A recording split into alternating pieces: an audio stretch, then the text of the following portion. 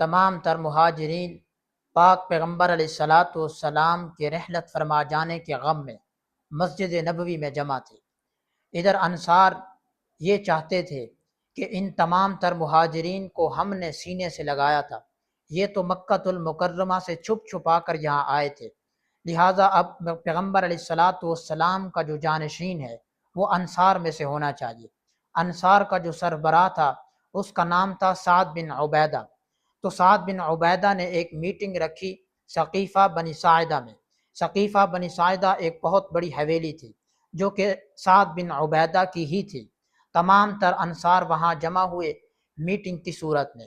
نعمان بن بشیر اس حویلی کے باہر سے گزرے، اس ہجوم کو دیکھا تو وجہ پوچھی، کسی نے وجہ بتائی کہ پیغمبر علیہ الصلاۃ والسلام کا جانشین مقرر کیا جا رہا ہے۔